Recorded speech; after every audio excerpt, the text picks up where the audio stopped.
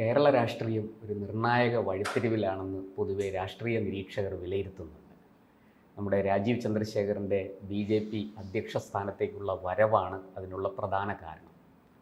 ഇപ്പോൾ കേരള നിയമസഭയിൽ MLA ഒക്കെ ആയിട്ടിരുന്ന നമ്മുടെ പൂഞ്ഞാർ നിയോജക മണ്ഡലത്തിൽ നിന്ന് വിജയിച്ചു കൊണ്ടിരുന്ന PC ജോർജും ഇന്ന് കേരള രാഷ്ട്രീയത്തിൽ ഒരു നിർണായക സ്വാധീനമുള്ള ആളാണ്.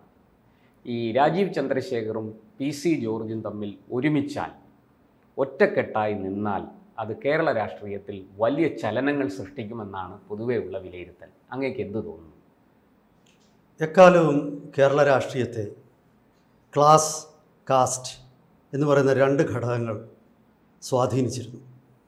അത് മിഡിൽ ക്ലാസ് അല്ലെങ്കിൽ അതുപോലെ തന്നെ ഒരു കാലഘട്ടത്തിൽ കേരള കോൺഗ്രസിൻ്റെ രാഷ്ട്രീയം, അതായത് PC ജോർജിൻ്റെ പേര് പറഞ്ഞല്ലോ.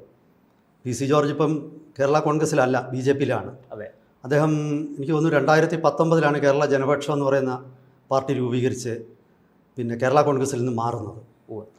അപ്പോൾ ആ കാലഘട്ടം തൊട്ട് കേരള കോൺഗ്രസ് അല്ലായിരിക്കാം പ്രത്യക്ഷത്തിൽ, പക്ഷേ അദ്ദേഹം പ്രതിനിധാനം ചെയ്യുന്ന രാഷ്ട്രീയം അതാണ് കേരള കോൺഗ്രസ് രാഷ്ട്രീയമാണ്.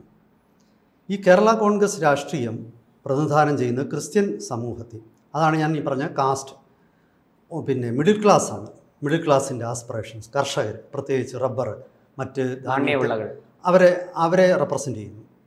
അതൊരു കാലഘട്ടത്തിൽ കോൺഗ്രസും കേരള കോൺഗ്രസും തമ്മിലുള്ള സഖ്യം ഉണ്ടായിരുന്നു. അത് ഈ രണ്ട് ക്ലാസ്, കാസ്റ്റ് ഘടകങ്ങളിൽ അന്നത്തേത് നായർ ക്രിസ്ത്യൻ സമുദായങ്ങളുടെ ഒരു കോമ്പിനേഷനിലാണ്.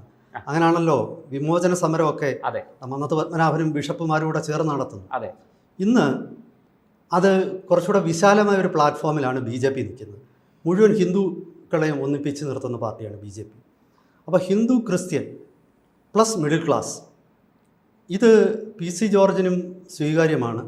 ഇപ്പുറത്ത് രാജീവ് ചന്ദ്രശേഖർ എന്ന് പറയുന്ന വ്യക്തി കേരളത്തിലെ മിഡിൽ ക്ലാസ് ആൾക്കാർക്ക് എപ്പോഴും ഒരു അഭികാമ്യനായ ഒരു രാഷ്ട്രീയ നേതാവാണ്. അദ്ദേഹത്തിൻ്റെ വിദ്യാഭ്യാസ യോഗ്യതകൾ, അദ്ദേഹത്തിൻ്റെ ഒരു ബിസിനസ്സുകാരൻ എന്നുള്ള നിലയിലുള്ള അദ്ദേഹത്തിൻ്റെ ക്രെഡൻഷ്യൽസ്, ഇതൊക്കെ വെച്ച് നോക്കുമ്പോൾ പ്രശാന്ത് ഈ ചോദിച്ച ചോദ്യമുണ്ടല്ലോ, അതായത് PC ജോർജും രാജീവ് ചന്ദ്രശേഖറും തമ്മിലുള്ള ഒരു കോമ്പിനേഷൻ, ഈ കോമ്പിനേഷൻ എന്ന് പറയുന്നത് സാധ്യതയുള്ള, വർക്കൗട്ട് ആവണമെങ്കിൽ ഒരുപാട് ഘടകങ്ങൾ യോജിക്കണം. പക്ഷേ തത്വത്തിൽ ഈ കോമ്പിനേഷന് കേരള രാഷ്ട്രീയത്തിലൊരു ചലനം ഉണ്ടാക്കാനുള്ള പൊട്ടൻഷ്യലുണ്ട്, സാധ്യതയുണ്ട്.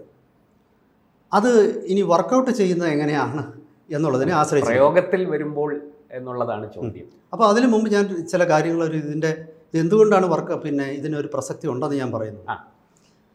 ശരിക്കും നമുക്കറിയാം, പൂഞ്ഞാർ മണ്ഡലത്തിലെ ഒരു 1996 മുതൽ 2016 വരെ കേരള കോൺഗ്രസിൻ്റെ ടിക്കറ്റിൽ പ്രതിനിധാനം ചെയ്ത MLA ആയിരുന്നു PC ജോർജ്. 2016 ശേഷമാണ് അദ്ദേഹം കേരള കോൺഗ്രസിൽ നിന്ന് മാറുന്നത്. ഈ PC ജോർജൊക്കെ വരുന്നതിന് മുമ്പ് നമ്മൾ ചരിത്രം കുറച്ചുകൂടെ പുറകോട്ട് പോയാൽ, കേരളത്തിലെ ആദ്യ ഇലക്ഷനിൽ 57 എനിക്ക് 57 60 നടന്ന ഇലക്ഷനിൽ കോൺഗ്രസ് ആയിരുന്നു അവിടെ നിന്ന് ജയിച്ചത്. പിന്നീട് അവിടെ ഒരു പുതിയ പരീക്ഷണം അവിടെ വന്നു, അതായിരുന്നു കേരള കോൺഗ്രസ്. 65 കേരള കോൺഗ്രസ് ഉണ്ടാകും. അപ്പോൾ കേരള കോൺഗ്രസിൻ്റെ സ്ഥാപകനായിരുന്ന KM ജോർജ്, ആ KM ജോർജ് 1967 മത്സരിച്ച മണ്ഡലമാണ് പൂഞ്ഞാർ. അപ്പോൾ ഈ ചോദ്യത്തിന് അങ്ങനെ വലിയൊരു നമ്മൾ ഉദ്ദേശിക്കാത്തൊരു തലമുണ്ട്. കാരണം ഈ പറഞ്ഞ പരീക്ഷണം ആദ്യമായിട്ട്, ഈ പറഞ്ഞ മിഡിൽ ക്ലാസിൻ്റെ അല്ലെങ്കിൽ ഹിന്ദു ക്രിസ്ത്യൻ വോട്ടിൻ്റെ പരീക്ഷണം ആദ്യമായിട്ട് നടന്ന മണ്ഡലമാണ് പൂഞ്ഞാർ. ആ പൂഞ്ഞാറിലാണ് അങ്ങനെ ഒരു ചരിത്രമുണ്ട്. ആ പൂഞ്ഞാറിലാണ് ഇപ്പോൾ പിന്നെ PC ജോർജ് എന്ന് പറയുന്ന വ്യക്തി അദ്ദേഹത്തിൻ്റെ രാഷ്ട്രീയ അശ്വമേധം എന്ന് വേണമെങ്കിൽ പറയാൻ, വിജയിക്കുകയാണെങ്കിൽ അതിന് തുടക്കമിട്ടിരിക്കുന്നു. അപ്പോൾ ഇവിടെ ഇതെങ്ങനെ വിജയിക്കും? കാരണം എന്തായാലും ഇതിനൊരു ചരിത്രപരമായ പ്രസക്തിയുണ്ട്. ഇനി ഭൂതകാലം ഇതിന് അനുകൂലമാണ്. പക്ഷേ ഇനിയും മധ്യ തിരുവിതാംകൂറിലുണ്ടായ രാഷ്ട്രീയ, സാമൂഹിക, ഡെമോഗ്രഫിക് മാറ്റങ്ങളെക്കുറിച്ച് ഞാൻ പറയാം. പണ്ടത്തെ മധ്യ തിരുവിതാംകൂറിൽ മുസ്ലിം സമുദായത്തിന് വലിയ പ്രസക്തിയൊന്നുമില്ലായിരുന്നു. പക്ഷേ ഇന്നതല്ല. ഇന്ന് പാലാ നഗരം ഉൾപ്പെടെയുള്ളിടത്ത്, ഈരാറ്റുപേട്ട, പാല, ആ ഭാഗങ്ങൾ, അവിടെയെല്ലാം തന്നെ വലിയ തോതിൽ മുസ്ലിം വോട്ടുകളുള്ള പ്രദേശങ്ങളാണ്. ഇന്ന് പിന്നെ നമ്മൾ പഴയ കാലത്ത് നോക്കുകയാണെങ്കിൽ കാഞ്ഞിരപ്പള്ളി എന്ന് പറയുന്നത് ക്രിസ്ത്യാനികളുടെ ഒരു റോമായിരുന്നു. ആ. കാഞ്ഞിരപ്പള്ളി അച്ചായൻ എന്ന് പറഞ്ഞാൽ അതിനൊരു ഗാംഭീര്യമുണ്ട്. പക്ഷേ ആ കാഞ്ഞിരപ്പള്ളി ഇന്ന് അങ്ങനെ ഒരു ക്രിസ്ത്യൻ ഭൂരിപക്ഷ മണ്ഡലമല്ല അസംബ്ലി.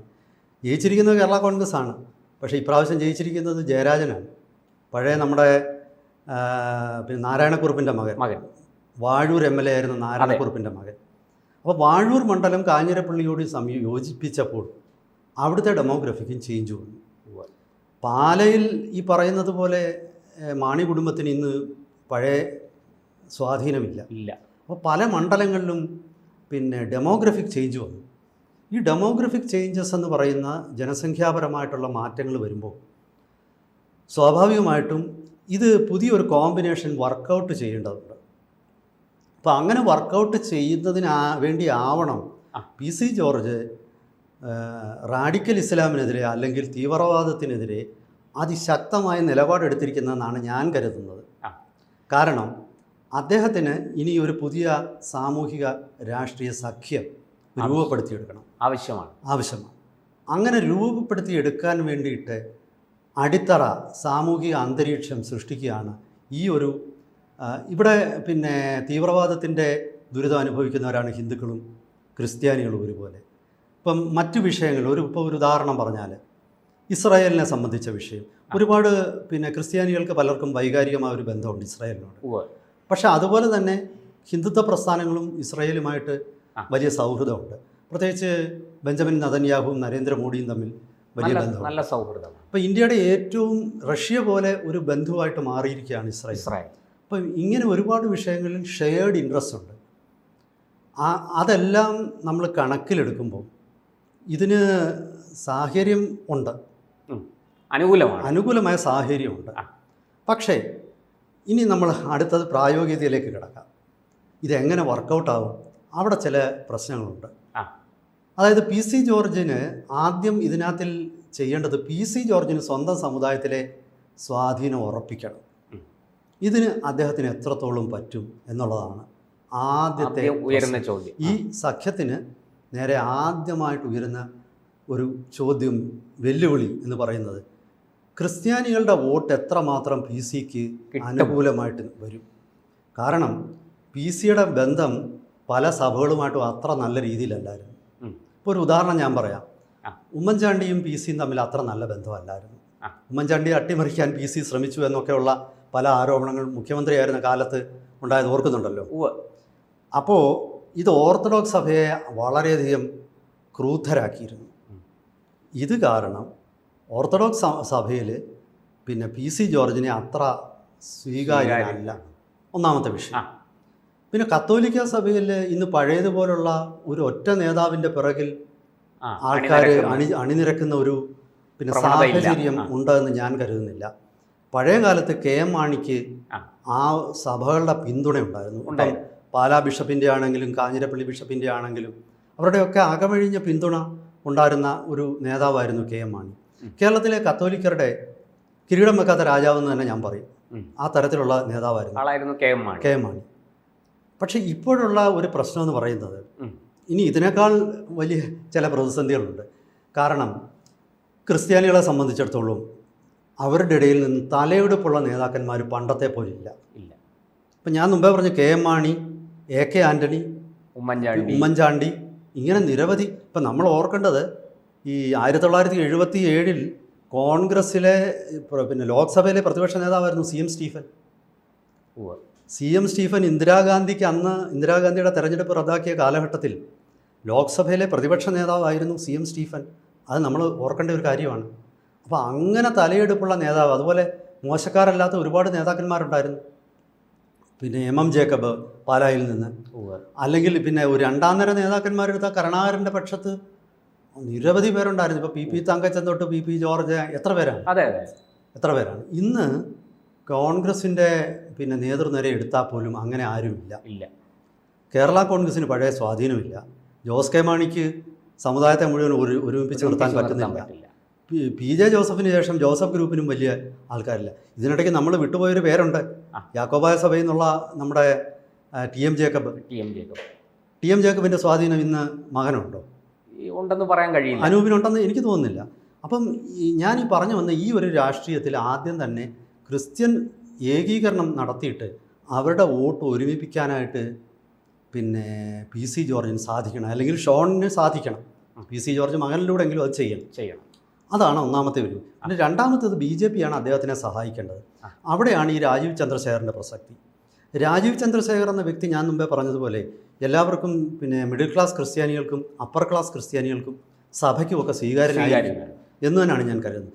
കാരണം അവർക്ക് നേരിട്ട് വിളിച്ച് സംസാരിക്കാനുള്ള ബാക്ക്ഗ്രൗണ്ട് ഉണ്ട് അദ്ദേഹത്തിന്. ഒരുപക്ഷെ കുമ്മനത്തിനെയോ പിന്നെ സുരേന്ദ്രനെയോ ഒന്ന്, കാരണം അവരൊക്കെ BJPയുടെ അതേ ചട്ടക്കൂടിയിൽ നിന്ന് വന്നവരാണ്. ABVP, BJP, അതല്ലെങ്കിൽ RSS, സംഘപരിവാർ, ഇവരോടൊക്കെ എങ്ങനെ ഇടപെടണമെന്ന് പോലും പലപ്പോഴും സഭയ്ക്ക് സംശയമുണ്ട്. കാരണം സഭയ്ക്ക് അന്യമായ ഒരു ചട്ടക്കൂടാണ്. അതെ, ഇപ്പോൾ ഇവിടെ അതല്ല, തികച്ചും വളരെ പ്രൊഫഷണലായ മറ്റേതൊരു രാഷ്ട്രീയ നേതാവിനോട് ഇടപെടുന്നത് പോലെ അദ്ദേഹത്തിനോട് സ്വാതന്ത്ര്യത്തോടെ ഇടപെടും. കാരണം അദ്ദേഹത്തിൻ്റെ പുറത്തൊരു ബാഗേജ് ഇല്ല, പൂർവ്വകാലത്തിൻ്റെ ബാഗേജ് ഒന്നുമില്ല. അപ്പോൾ എനിക്ക് തോന്നുന്നത് ഇവിടെ പ്രസക്തി എന്ന് പറഞ്ഞാൽ BJPയുടെ അണികൾ എത്രമാത്രം രാജീവ് ചന്ദ്രശേഖറിനൊപ്പം നിൽക്കും, പ്രാദേശിക ജില്ലാ നേതൃത്വങ്ങൾ, അതുപോലെ തന്നെ അവരെത്രമാത്രം ഈ ഐക്യം ഹിന്ദുക്കളുടെ എല്ലാ വിഭാഗങ്ങൾക്കിടയിലേക്കും കൊണ്ടുവരും. അപ്പോൾ അവിടെ ശ്രദ്ധിക്കേണ്ട വെള്ളാപ്പള്ളിക്ക് ചില അതെ, വെള്ളാപ്പള്ളി നടേശൻ PC ജോർജിനെ പ്രത്യേകിച്ചും പേരെടുത്ത് പറഞ്ഞ് രൂക്ഷമായി വിമർശിച്ച അങ്ങനെയുള്ള ആശങ്കകൾ വെള്ളാപ്പള്ളിക്ക് ഉണ്ടാകാം. ആ ആശങ്കകൾ തീർത്ത് അല്ല, അദ്ദേഹം ഈ PC-യെ ആക്രമിക്കുന്നതിന്റെ പുറകിൽ, വാക്കുകൾ കൊണ്ട് ആക്രമിക്കുന്നതിന്റെ പുറകിൽ ഈ പറയുന്നത് പോലെ വീണ്ടും ഒരു നായർ ക്രിസ്ത്യൻ കൂട്ടുകെട്ട് അങ്ങനെ ഉണ്ടാകുമോ എന്നുള്ള ഭയമായിരിക്കാം. അവിടെ അങ്ങനെ സംഭവിക്കില്ലെന്നും ഇത് ഒരു ഹിന്ദു ക്രിസ്ത്യൻ ഏകീകരണമാണെന്നുമുള്ള യാഥാർത്ഥ്യം അദ്ദേഹത്തിനെ ബോധ്യപ്പെടുത്തുന്നതിലായിരിക്കും അദ്ദേഹത്തിൻ്റെ സംശയം തീർക്കുക. വളരെ വിശദമായിട്ട് ചർച്ച ചെയ്യേണ്ട ഒരു വിഷയമാണ്. പക്ഷെ നമ്മുടെ സമയപരിമിതി മൂലം ഇപ്പോൾ അതിലേക്ക് പോകുന്നില്ല. എന്തായാലും ശരി, ഇത് വലിയ പൊട്ടൻഷ്യലുള്ള ഒരു സഖ്യമാണ്. ഈ രണ്ട് നേതാക്കന്മാർക്കും പ്രാവർത്തികമായാൽ അത് വലിയ വിജയവുമായി. തീർച്ചയായിട്ടും BJPക്ക് കേരളത്തിലൊരു നാഴികക്കല്ലായിരിക്കും BJPയുടെ ചരിത്രത്തിൽ. ഇതാണ് എനിക്ക് പറയാനുള്ളത്. കൂടുതൽ വാർത്തകളും വിശേഷങ്ങളും നിങ്ങളിലേക്ക് എത്താൻ ABC മലയാളം സബ്സ്ക്രൈബ് ചെയ്യുക, ബെൽ ബട്ടണും അമർത്തുക.